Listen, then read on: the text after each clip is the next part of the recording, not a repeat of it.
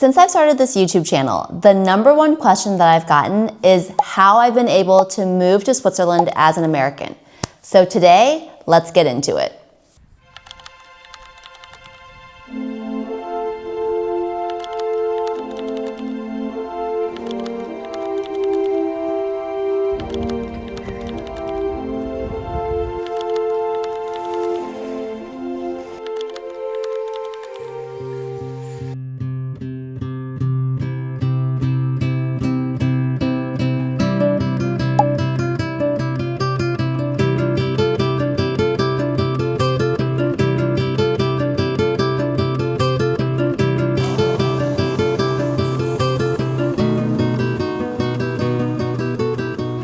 I had always wanted to move abroad. I don't know how to explain it. It was just one of those things. I took this trip to Europe when I was 16, and it really made a huge impact on me. Fell in love with Europe. When I graduated college when I was 22, me and my roommate, we backpacked around Europe for about a month. I just continued to return. Every year we would do a trip to Italy, or we'd go somewhere in France or Portugal.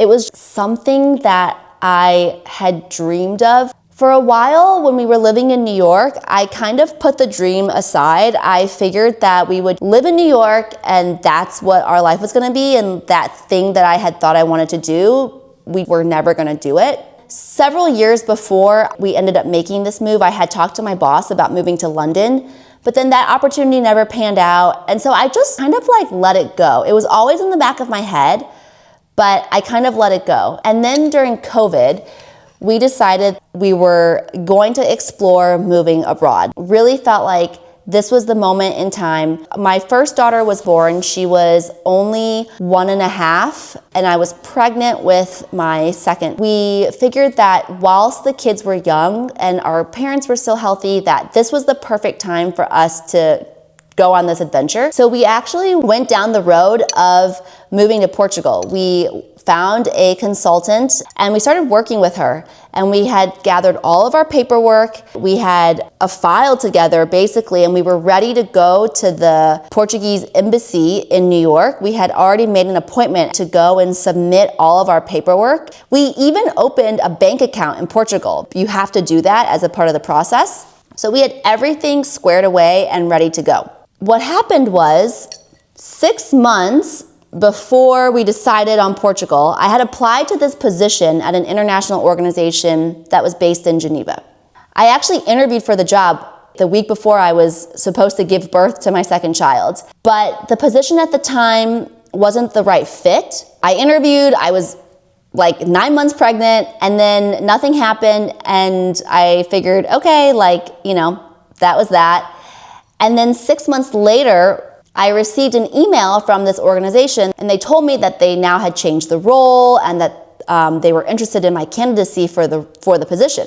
This was a complete surprise. We were not expecting this at all. And suddenly we were thrown this wrench that now I was gonna be interviewing for this role that was based in Geneva. So what we ended up doing is we delayed our interview. I went through this interview process with this organization. I ended up getting the role. And so then we had to make the decision of whether or not we were going to move forward with our Portuguese application, or I was going to take this role and move to Geneva. At the time, it was a hard decision because we knew nothing about Geneva, Switzerland. I never ever once thought that Switzerland was going to be a place that we would live in or want to live in.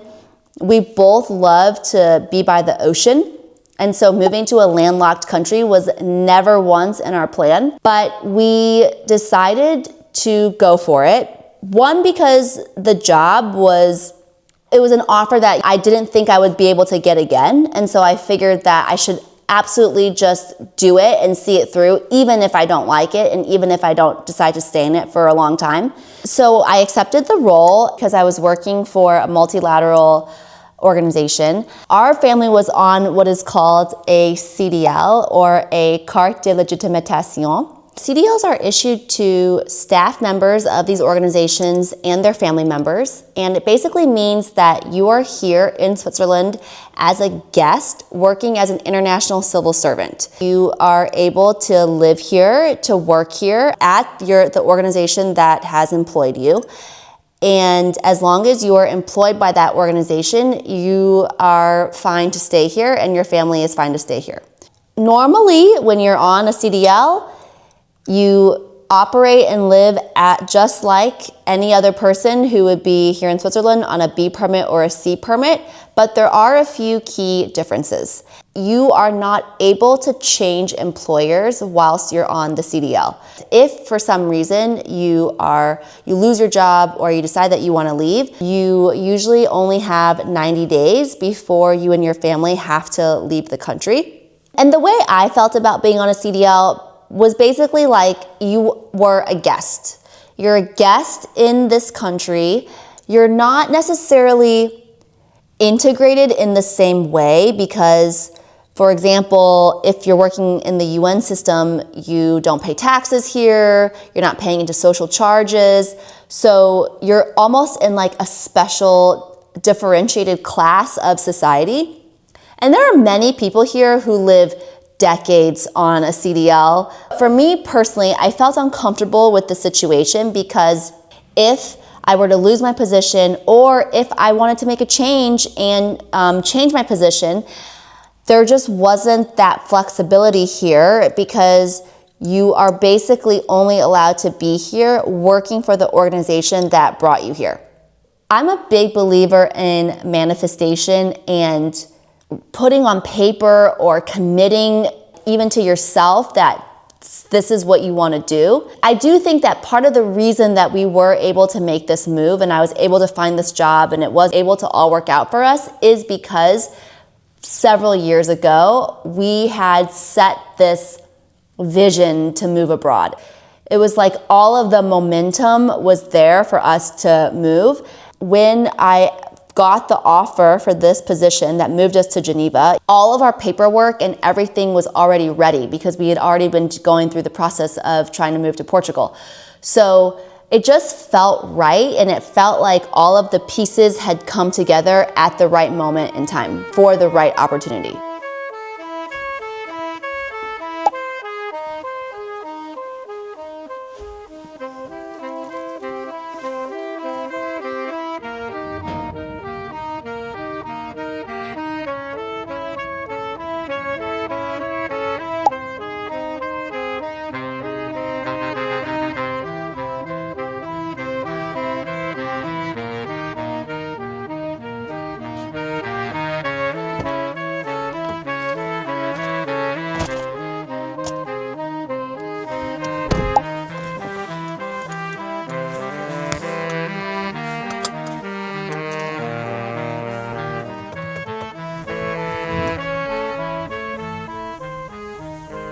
We have been living with our CDLs for the past 3 years before we decided to try to make a change to a Permi B. The reason why this option was even open to us is because my husband Kyle has his own business here, and he started this business in Switzerland as a sole proprietorship. It's basically the simplest form of a business, and it's usually used for freelancers or contractors. And you can have a sole proprietorship when you're on a CI permit, which is associated to the CDL when your partner is working for an international organization. So when you're an entrepreneur in Switzerland, there are two options that are available to you in terms of trying to get a permit.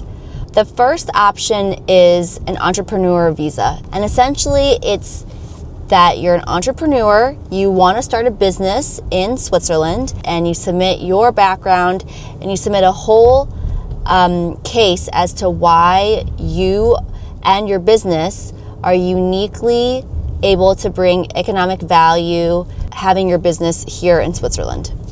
However, what we learned is this type of permit is usually reserved only for EU citizens who want to start businesses here in Switzerland. Permi Bs are issued every year, but on a quota system. it's very difficult for somebody from a non-EU country to be able to obtain one of these. Now, I'm not a legal expert, but that was the advice that we were given, so we decided not to go that route. Because Kyle had already started the business while he was here, he was able to convert his sole proprietorship into a SARL, which is the Swiss equivalent of an LLC, a limited liability corporation. And when you convert your business to a SARL, it legitimizes the business.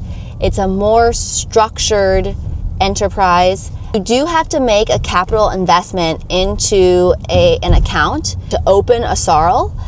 But once you're able to do that, then essentially you have established a Swiss company that can employ employees.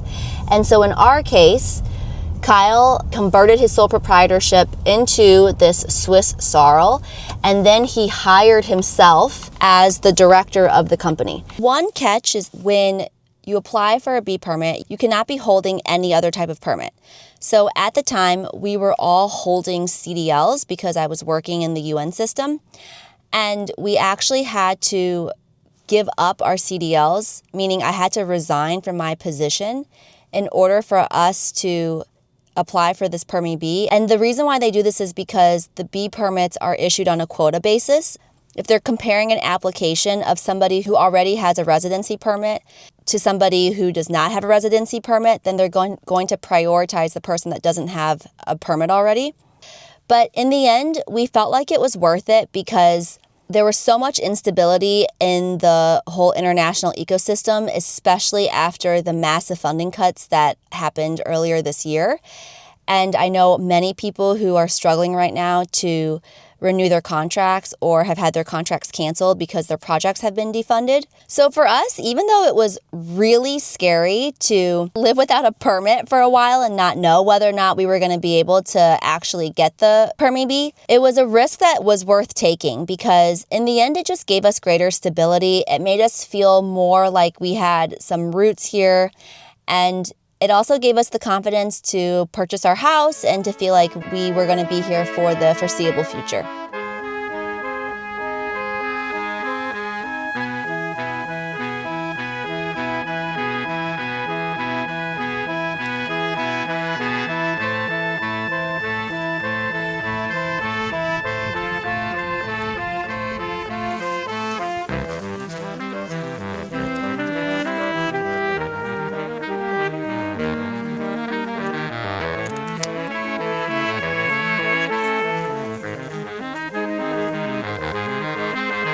If I had to give some advice to somebody who was absolutely dying to move to Switzerland, this is what I would say. The first thing is there is a practical element to moving abroad when you're American. Switzerland is not necessarily the easiest country to move to. It's one of the most restrictive countries in order to get a passport and a residency permit. I'm not saying that to discourage anyone who wants to move here, but you should be aware it is tough to come here. However, one of the simplest ways would be to just try to find a job here.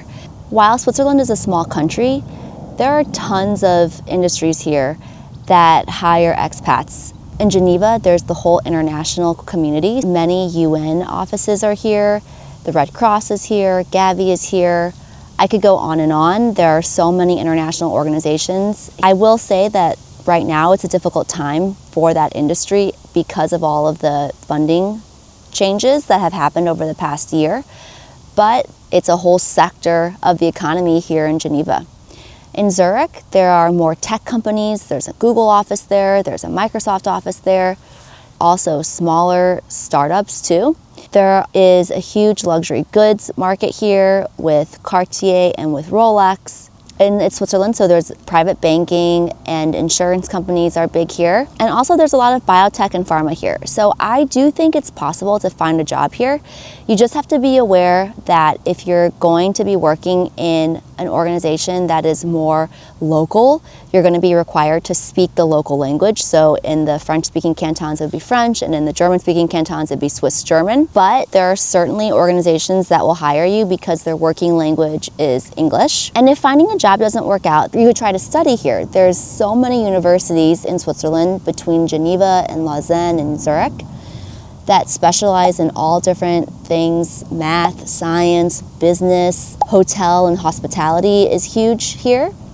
Or you could also move to a different country in Europe first that have a less strict visa policy, and you could live there for 5 years or so, try to get your EU residency, and then come to Switzerland, because it's much easier when you are an EU passport holder to reside in Switzerland. Moving to Switzerland as an American has been one of the most rewarding, challenging, and most reflective periods of my life. Been this huge adventure with a lot of unknowns, but I really wouldn't change it, and we're so glad that we made this decision to come here and to experience everything that this country has to offer.